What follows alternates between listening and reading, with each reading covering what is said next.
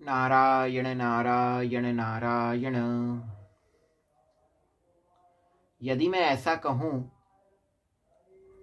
कि नाम मात्र के लोगों को छोड़ दें तो लगभग सभी सनातन धर्मावलंबी, जिन्हें हम वैदिक कह सकते हैं, हिंदू कहते हैं, भारतीय कहते हैं, सनातन संस्कृति को मानने वाले लोग हैं, वे सभी प्रत्यक्ष म्लेच्छ बनने की ओर तेजी से बढ़ रहे हैं। तो क्या आपको कोई आश्चर्य होगा? परोक्ष तो अधिकतम हो ही गए हैं म्लेच्छ, और यदि हमारा ध्यान नहीं गया तो वे शीघ्र ही ऐसी गुप्त म्लेच्छता को प्राप्त हो जाएंगे जिसको हम देख समझ भी नहीं सकेंगे, देख भी नहीं सकेंगे और समझ भी नहीं सकेंगे। और ऐसे जो लिंदु हैं, ऐसे लिंदुओं के, मैं ऐसों को लिंदु ही कहता हूँ, जो परोक्ष में म्लेच्छ हो गए हैं पर नाम अभी उनका हिंदू है, ऐसे लिंदुओं के समूह को हम सनातनी मानकर भ्रम में पड़े रहेंगे। सर्वप्रथम हम यह समझते हैं कि म्लेच्छ कहते किसको हैं। शुक्राचार्य जी का शुक्र नीति में वचन है, त्यक्त स्वधर्माचरणा निर्घृणाः परपीडकाः चंडाश्च हिंसकाः नित्यम्, चंडाश्च हिंसका नित्यम् म्लेच्छास्ते ह्यविवेकिनः। पहली बात तो इसमें यही कही गई है, जिन्होंने अपने धर्म का आचरण छोड़ दिया है। फिर निर्घृण है, निर्दयी हुआ। निर्घृण का जो तात्पर्य है वो है निर्दयी, दूसरों को कष्ट देने वाले हैं, क्रोधी हैं, नित्य हिंसक हैं, वे नित्य म्लेच्छ अविवेकी हैं, वे म्लेच्छ हैं, अविवेकी हैं। और फिर इस ओर सनातनी वैदिक कौन है? जो सनातन सर्वेश्वर के निःश्वास के जैसे जो वेद हैं, उनसे उद्भासित, उनसे निकले हुए सिद्धांत पर, सनातन सर्वेश्वर से जो प्रचलित है, संरक्षित है, ऐसे धर्म पर चलते हैं, वे सनातनी, वे वैदिक हैं। जो समष्टि के हित में संलग्न रहते हुए, जो सभी के हित में संलग्न रहते हुए सनातन सर्वेश्वर को प्राप्त करने के मार्ग पर चल रहे हैं, वे हैं सनातनी। और अब जब म्लेच्छता और वैदिकता क्या है यह समझ में आ गया है, तो यह समझना होगा कि वैदिकता से, सनातनी होने से, हिंदू होने से म्लेच्छ होने तक का मार्ग क्या है, किस मार्ग से कोई सनातनी से म्लेच्छ की ओर गमन करता है। तो मूल बात तो यह है कि कर्म संकरता जो है वो म्लेच्छ होने का मार्ग है। म्लेच्छ होने के मूल में वर्ण संकरता है, वर्ण संकरता के मूल में है कर्म संकरता है। कर्म संकरता का तात्पर्य होता है कि ब्राह्मण किसी और के कार्य करे, क्षत्रिय वैश्य शूद्रादि भी अपने अपने वर्ण से भिन्न जीविका को अपना लें। अपनी स्वजाति, स्वकुल, धर्मोचित नित्य नैमित्तिक क्रियाएं जो हैं, उनके लोभ से धीरे धीरे शनैः शनैः कुल में वर्ण संकरता का प्रवेश होता है। अब कुल में वर्ण संकरता का प्रवेश होते ही क्या होता है? यह वर्ण संकरता जो है वो आचार, विनय, प्रतिष्ठा, विद्या, और क्या, निष्ठा, जीविका, तप, दान, ये जो कुल के 9 लक्षण होते हैं, इनका आपके जीवन में लोप कर देती है वर्ण संकरता। इनका लोप हुआ तो वंश में म्लेच्छता का प्रवेश हो जाता है। इस प्रकार यह क्रम है, यानी पहले तो कर्म संकर बनेंगे, कर्म संकर से फिर वर्ण संकर बनेंगे, और वर्ण संकर से कुल के जो अपने मूल सिद्धांत हैं, उन मूल सिद्धांतों से कुल का जो मूल लक्षण है उससे ही व्यक्ति धीरे धीरे हीन होने लगता है, कुलीनता के ही लक्षण से हीन होने लगता है और अंत में म्लेच्छ बन जाता है। यह हुआ। तो इस क्रम से कोई सनातनी वैदिक म्लेच्छ बनता है। म्लेच्छ पतन एकाएक कम ही होता है, थोड़ा थोड़ा 100 बार पतन होते होते अंततः पराकाष्ठा का पतन होता है। वो भर्तृहरि जी के नीति शतक के एक श्लोक की व्याख्या मैंने की है पूर्व में ही, आप उसे नीति शतक की प्लेलिस्ट में यदि विस्तार से देखना चाहते तो देख सकते हैं, नहीं तो मैं यहाँ ऊपर लगा दूंगा, आप उसे देखेंगे तो पता चलेगा। यहाँ भी श्लोक बोल देता हूं, उनका भाव है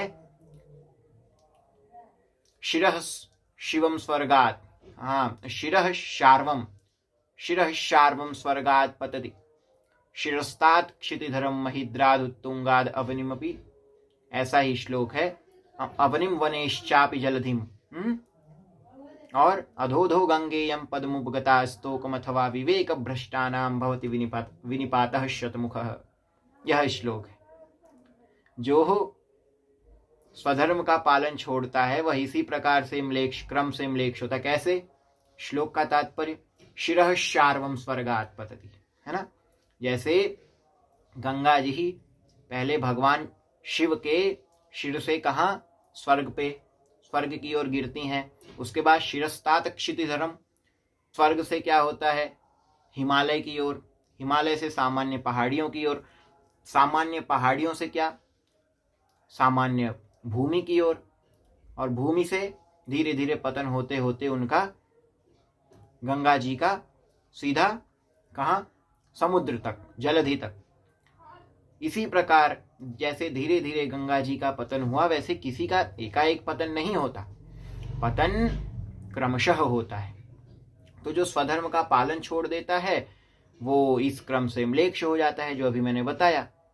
और आज तो तथा कथित संविधान और शासन तंत्रों से लेकर जो हिंदुओं के हितैषी भी बनते हुए से दिखते हैं, एनजीओ, सामाजिक संगठन और कथित बुद्धिजीवी, ये सब जो दिखते हैं हितैषी बनते हुए, वे सभी हिंदुओं को स्वधर्म से ही दूर करने का प्रकल्प चला रहे हैं।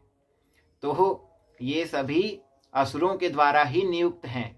क्षितिज जी कहते हैं, एक जन क्षितिज जी हैं, क्षितिज सोमानी, उनका पोस्ट में फेसबुक पे देखता रहता हूँ, तो उन्होंने अभी डाला था कि ये सब असुरों के द्वारा ही नियुक्त होते हैं।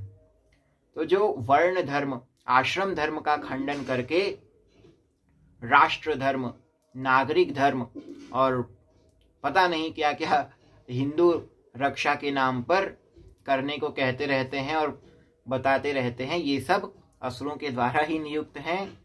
और जो वर्ण धर्म, आश्रम धर्म से लोगों को दूर करे, वो तो अंततः लोगों को म्लेच्छ बनाने के मार्ग पर ही ले जाता है। आजकल भले ही माना जाता हो कि जो वर्णाश्रम की मर्यादा से हीन भी है तो भी हिंदू है, जो कुल गुरु कुल देवी कुल देवता से सुदूर है वह भी हिंदू है, पूर्व जन्म पुनर्जन्म गौ गंगा आदि में आस्थान्वित नहीं है वो भी हिंदू है, भले उसको हिंदू कह दो, परंतु लोग उसे भले हिंदू कहने लगे हों, परंतु वो सिद्ध नहीं होता हिंदू।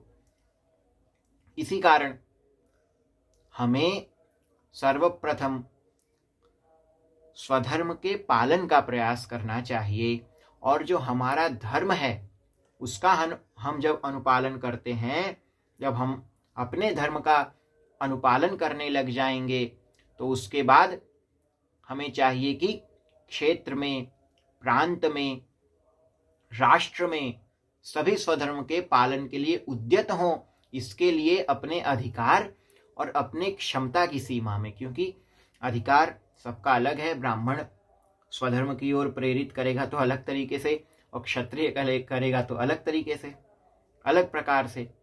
तो अपने अधिकार और अपनी क्षमता से अधिक कोई कार्य हाथ में ले लेंगे तो अनावश्यक चिंता, अनावश्यक तनाव होगा ही। इसीलिए अपने अधिकार, शास्त्रों के द्वारा, गुरुओं के द्वारा अपने अधिकार का आकलन करके और शुद्ध मन से अपनी क्षमता का आकलन करके प्रयास करना चाहिए कि राष्ट्र में, क्षेत्र में, प्रांत में, पहले तो अपने क्षेत्र में, अपने प्रांत में और उसके बाद राष्ट्र में सभी स्वधर्म का पालन करें। क्योंकि पहले तो स्वयं करेंगे तभी तो अन्यों को मार्गदर्शन करेंगे, नहीं तो फिर वही श्री रामचरित वाली बात हो जाएगी कि स्वयं तो चाहे जैसे हैं परंतु सब पर उपदेश कुशल बहुतेरे, जे आचरहि ते नर न घनेरे। तो दूसरों को उपदेश करने से पूर्व अपने जीवन में स्वधर्म का पालन हो, तत्पश्चात अपने प्रांत में, उसके पूर्व अपने क्षेत्र में, क्षेत्र, प्रांत और अंततः राष्ट्र में सभी स्वधर्म का पालन करें। इसका प्रयास हमें करना चाहिए। यही मार्ग है म्लेच्छता को रोकने का। नहीं तो समझिए कि कर्म संकरता और वर्ण संकरता इतनी बढ़ रही है ना कि म्लेच्छ बनने में अब समय नहीं लगेगा। कोई कहे कि इस पार्टी को जिताओ, उसको जिताओ, तब धर्म रक्षा होगी। कोई कहता है कि धर्म के साइंटिफिक प्रोस्पेक्ट को बताओ। माने कहाँ साइंस, कहाँ धर्म। साइंस तो बहुत निकृष्ट वस्तु है, विज्ञान से उसका भावानुवाद, विज्ञान से उसका तात्पर्य, विज्ञान और साइंस में बहुत बड़ा अंतर है। और धर्म की तो बात ही क्या है। तो साइंटिफिक प्रोस्पेक्ट को समझा के कुछ लोग कहते हैं कि धर्म रक्षा होगी। कोई कहता है कि संख्या बढ़ाओ तो धर्म की रक्षा होगी। संख्या से धर्म की रक्षा होती है? कहीं संख्या बढ़ाना कोई बहुत बड़ी बात नहीं है। एक सिंह होता है, वो वन पर शासन करता है। तो संख्या का हमारे यहाँ इतना अधिक महत्व नहीं, और वास्तव में संख्या का कोई महत्व नहीं होता। धर्मनिष्ठ लोग होने चाहिए। संख्या तो बढ़ ही जाएगी जब बढ़नी होगी। तो ये सब वे ही अनर्गल बातें करते हैं जिन्हें सनातन धर्म का ठीक ठीक ज्ञान ही नहीं है। वे केवल अपने लाभ के लिए, अपना धंधा, अपनी नेतागिरी, अपनी प्रतिष्ठा बनाने के लिए ये सब बातें करते रहते हैं। अब दिन प्रतिदिन भारत में संविधान और जज तंत्र, नेता तंत्र, प्रचार तंत्र, इन सब के द्वारा यही प्रयास किया जा रहा है कि कैसे अधिक से अधिक हिंदू सनातनी अपने वर्णाश्रम धर्म से दूर हो जाएं। क्योंकि कर्म संकर हो जाना, कर्म संकरता को प्रोत्साहन देना म्लेच्छ होने के लिए प्रथम पतन है, पहला ही चरण है। इसीलिए अभी क्या करना चाहिए? म्लेच्छता के मूल में कर्म संकरता है, ये समझना चाहिए। इसीलिए जिन्होंने स्वधर्म छोड़ दिया है वे धीरे धीरे स्वक्षमता की सीमा में स्वधर्म की ओर वापस लौटें, और जो स्वधर्म का पालन कर रहे हैं वे तो सभी विशेष अभिनंदन के पात्र हैं ही। जय श्री राम।